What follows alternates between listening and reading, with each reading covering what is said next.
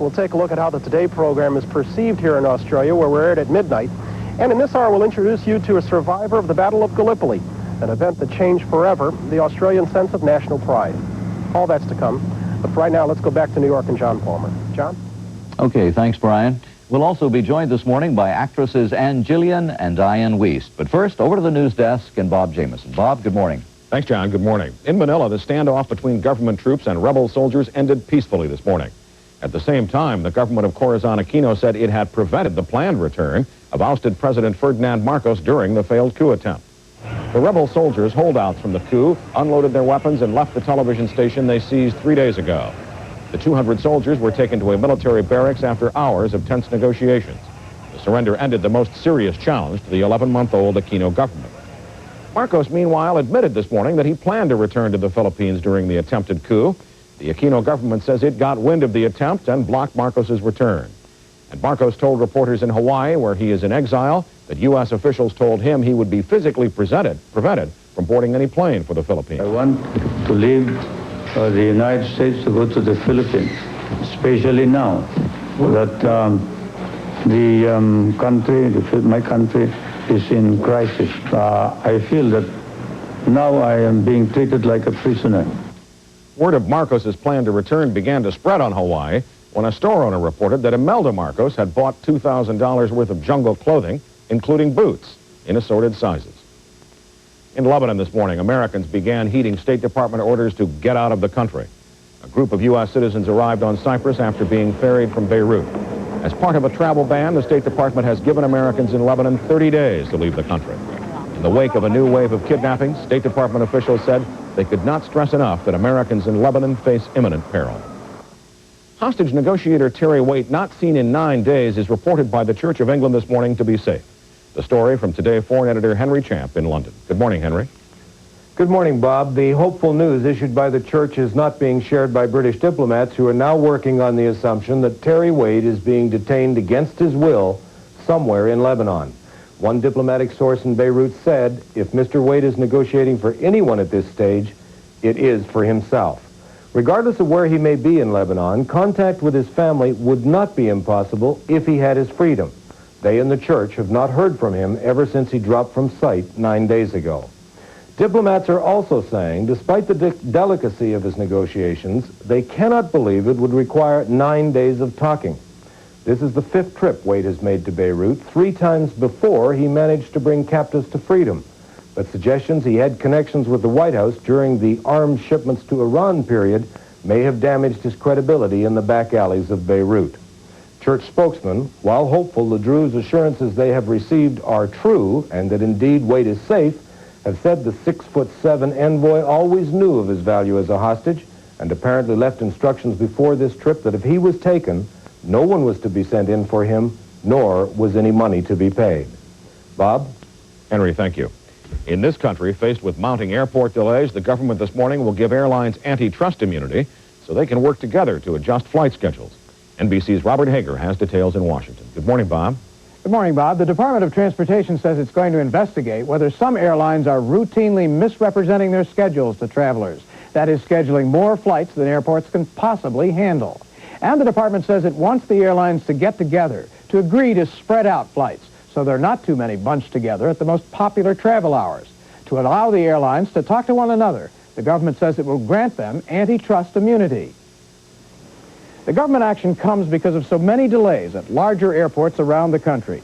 In all last year, 367,000 flights were late taking off or landing, 25% more than were delayed the year before. In part, this may be because there are more planes flying more people than ever before, but the government argues it's also because airlines are scheduling way too many flights at the most popular hours. For instance, in Atlanta, airlines have scheduled 63 takeoffs or landings in one 10-minute period. The airport can handle only 1/3 that many, so inevitably, most of those flights are delayed each day. For now, the government hopes the airlines will agree to ease back on their schedules voluntarily, but there's an implied threat that if the airlines don't do it themselves, the government could force schedule changes. Most agree something has to be done because air travel is expected to get heavier and heavier with each passing year. Bob? Bob, thank you. And it's 7:07. John? And thank you, Bob. Talking about delays, flight delays, there are going to be some weather flight delays, Joe Witte says today. Willard Scott remains on sabbatical, would you believe, in New Zealand. So Joe sits in for him this morning. Where temperatures are about the 70s and 80s in New Zealand. And like you say, John, there are going to be more weather delays in the greater Great Lakes area because of a snowstorm that was moving out of the west and is now moving over the Central Plains states. So if you're flying to Chicago, Milwaukee, Detroit, be advised, we're expecting 3 to 5 inches in Milwaukee, icy conditions at Chicago, and a storm watch has been posted for Detroit. So give yourself some extra travel plans, and you might want to consider flying to eastern Texas. Look at this. Temperatures in the 80s. Talk about a January thaw. It is certainly down over Texas. There's the jet stream, and look at that batch of clouds along Washington, Oregon, and northern California. A new storm moving onshore, crashing onshore with some very strong winds. Gale warnings because the tides are high, astronomically high. There'll be some coastal flooding along northern California and Oregon. As that pushes inward, heavy snows in the Cascades, heavy snows tonight in the Sierras of 1 to 2 feet. And ahead of that, some very strong winds over the Rockies. Another couple of inches of snow for your skiers in the mountains of the Rockies. But look at this, delightfully mild from about Kansas, Oklahoma, southward. Lubbock, 76 degrees. But all of that is a strong contrast to the winter storm that's moving towards Chicago, providing icy, sleet road conditions from Des Moines all the way through parts of Chicago. North of Chicago, I expect a couple of inches of snow. North of that, there'll be a band of some heavy snow, about 3 to 5 inches in here, slowing you down, especially if it goes above 5 inches. Ahead of this, too warm for snow, plain old rain. The East Coast in great shape, even though it's a little cold. That's the national weather. Now here's what's happening in your part of the world. In our world today, cloudy with light snow mixed with sleet and freezing rain in the northeastern one-half. Sprinkles in the south. Highs here in Des Moines of 38. With your morning weather, I'm meteorologist Tom Atkins. That wraps it up in the weather for this morning. Now we go back to John Palmer. Thank you, Joe. On Close-Up this morning, political turmoil in the Philippines. The normally tumultuous nature of Philippine politics has intensified in recent weeks as the country gets ready to vote yes or no on a new constitution. On Tuesday, there was another coup attempt against the Aquino government, carried out by disgruntled troops loyal to ousted ex-Philippine President Ferdinand Marcos. Well, that coup failed, and following that uprising, 200 rebel soldiers took over a TV broadcast center, and as we're reporting this morning, that siege has now ended. One of the people negotiating with the rebels was Jose Concepcion, Minister of Trade and Industry in the Philippines, and a very close personal advisor to President Corazon Aquino. And he joins us live from Manila now. Good morning, Mr. Concepcion. Good morning, John. Is this coup now finally over and totally finished? Yes, all of the soldiers are now at the barracks and are being investigated, and the appropriate charges will be filed on them. Is Mrs. Aquino now firmly in control of the Philippine government this morning? Yes, a few minutes ago, she ordered the defense minister to file court-martial proceedings against the soldiers where it is justified. There are some suggestions that maybe she's in a stronger position having put down this coup attempt than she was before it happened. Yes, no doubt about it. She's under firmer control of the country, and the coup, to a large extent, has swung to her favor. It has brought more yes votes. There are reports this morning that former President Marcos is complaining that he wanted to return from exile in Hawaii, to return to Manila, but that he was told by American officials in Honolulu to stay put there in exile where he is. Do you know anything about that? I don't know anything about that, but certainly we here at the Philippines have taken the necessary measures so that he cannot land in any of the principal airports. Do you think Marcos was directly behind this coup attempt and the takeover of the television station? Probably so, because you cannot have 3 simultaneous attacks in 3 different places without any master plan. How close, Mr. Minister, did this coup attempt come to succeeding? Well, not close at all, because we were able to nip immediately the 2 coup attempts, one at the military base. And this last one was on a commercial television station, and it didn't really do much harm. They were not able to use the facilities of the television station to broadcast their appeals for whatever purpose they may have. What has brought about this immediate, most recent situation there in the coup attempt? Is all this a lead up to the vote next Monday on a new constitution? No doubt about it. It's because once our people approve the Constitution in the plebiscite that will take place on Monday, then we will have our congressional and senatorial elections, and then the local elections, and the institutions of democracy will then have been in place. And so the Marcos faction will take all steps necessary to try to avoid a plebiscite. So as a result of this vote on Monday, if the vote is yes, and all indications are that it will be, that means that Corazon Aquino will be in office for 6 more years. Is that correct? That's correct. How fragile, Mr. Minister, is democracy in the Philippines? I think it's strong. It has some difficulties. It has to address the issues of poverty, unemployment. It has to deal the issue with the Communist Party, but it's a growing democracy, and I think we will come out of it very well. Thank you, Jose Concepcion, the Minister of Trade and Industry and close advisor to President Aquino, for joining us on Today this morning. Thank you very much. We'll be back in just a minute. First, this is Today on NBC.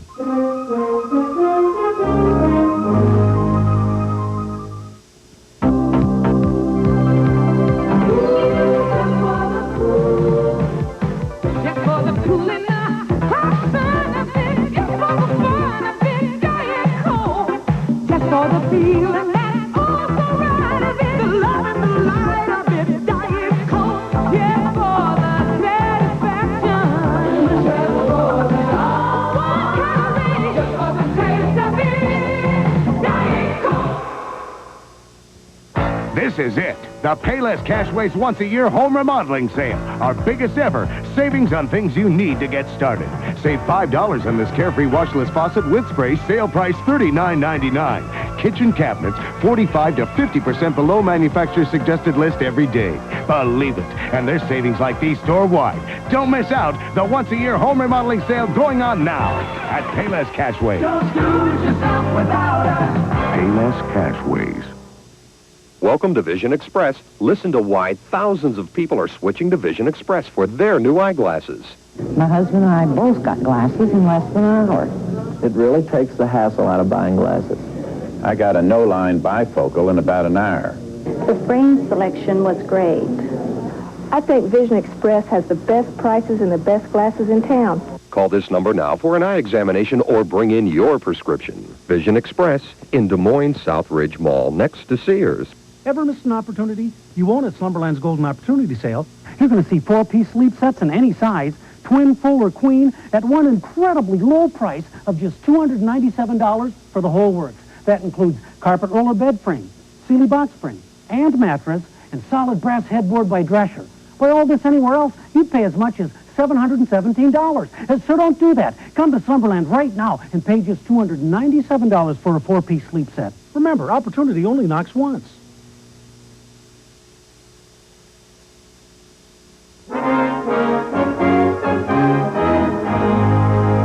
The President's State of the Union address has received mixed, if not partisan, reviews. Now the Republican Party looks ahead to 1988 and the challenge of keeping the White House in GOP hands. With us this morning are 2 Republican presidential hopefuls. In our Washington newsroom, Representative Jack Kemp of New York, who plans to announce his candidacy in April. And in Chicago, Pete DuPont, former governor of Delaware, who announced his candidacy last fall. Good morning, gentlemen. Good morning. I want to start with Pete DuPont. The President has given the State of the Union message. What is your State of the GOP assessment at this point? Well, we've done very well as a political party in the last 6 years in creating opportunity in this country, and I think we'll do well in 1988 in the presidential elections, provided we don't become defenders of the status quo, provided we talk about new opportunities for young people and ensuring Social Security benefits for old people and getting drugs out of our schools and putting people on welfare who are able-bodied to work and talking about opportunity in the future. And if we do that and don't become status quo people, I think we can win in 1988. Representative Kemp in Washington, many people, including some in your own party, are saying the President missed an opportunity when he gave his State of the Union message, and that could affect how the Republicans do and will affect how the Republicans do in 1988. Do you agree? No, I really don't. I think the president clearly identified the fact that he wants to deepen and broaden and extend and expand the recovery. He recognizes, I think, that there are places in this country that have not yet fully recovered from the terrible bout of deflation and even inflation in some parts of the country. On that basis, we need to export it to the rest of the world. We need healthy customers throughout the world. And I think the president clearly is closer to the heartbeat of the American people than the Democratic Party that is insistent upon cutting defense and raising taxes. That, to me, seems to be one of the top issues in 1987 in this Congress and on into 1988. How can we expand this recovery? How can we balance our budget without putting a greater tax burden on the backs of the American people and help bring our interest rates down to expand the recovery? How much of a factor do you think the Iran arms scandal is going to play in the 88 election? Now, do both of you think that by the time the election rolls around that voters will have forgotten about it or it will have faded, or do you think it's going to be a major part?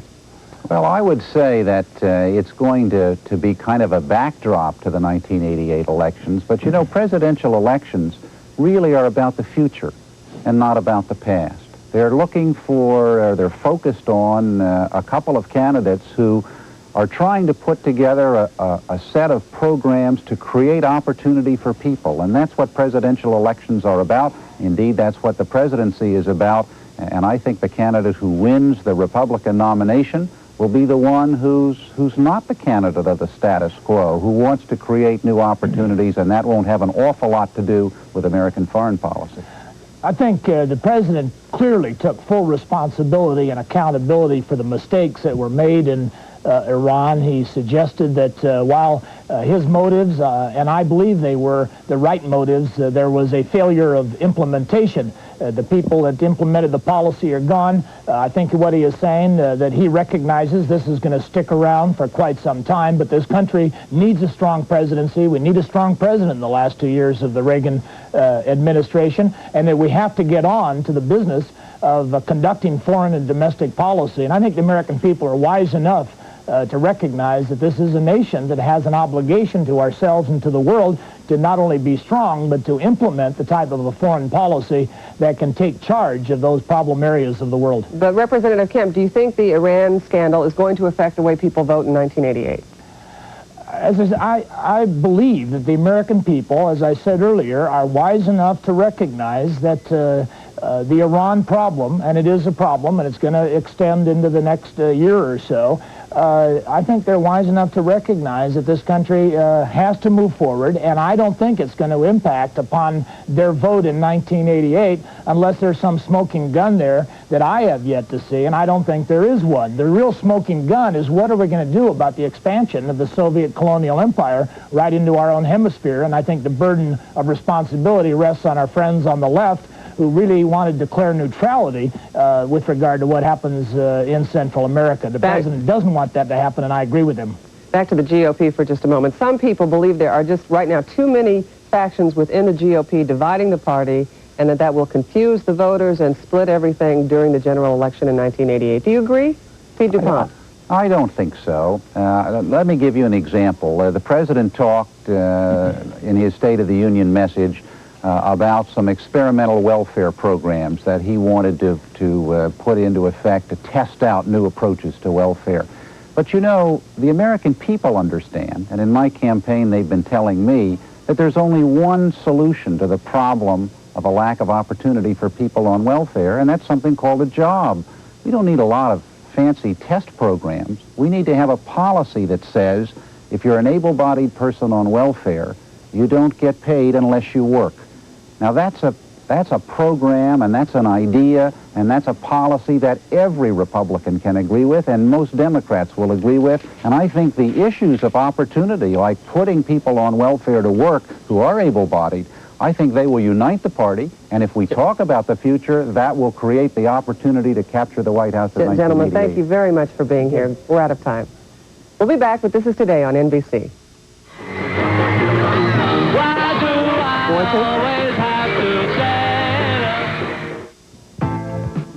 A most incredible collection of handmade Oriental rugs are on display now at Nebraska Furniture Mart. Over $2 million worth of beautiful rugs from all over the world. India, China, Pakistan, Turkey, and more. Oriental rugs by Kiristan for quality in all colors and sizes. Don't miss this incomparable showing of jewelry-like rugs from the East. All at low, low prices that you would expect from Nebraska Furniture Mart, Omaha. So you think you got troubles? Take the curious Savage family at the Ingersoll. Mrs. Savage is locked up in a home for the mentally unfit. Senator Savage gets more threatening letters than any other congressman. Lily Bell Savage is in her 6th divorce, and Judge Savage has had more of his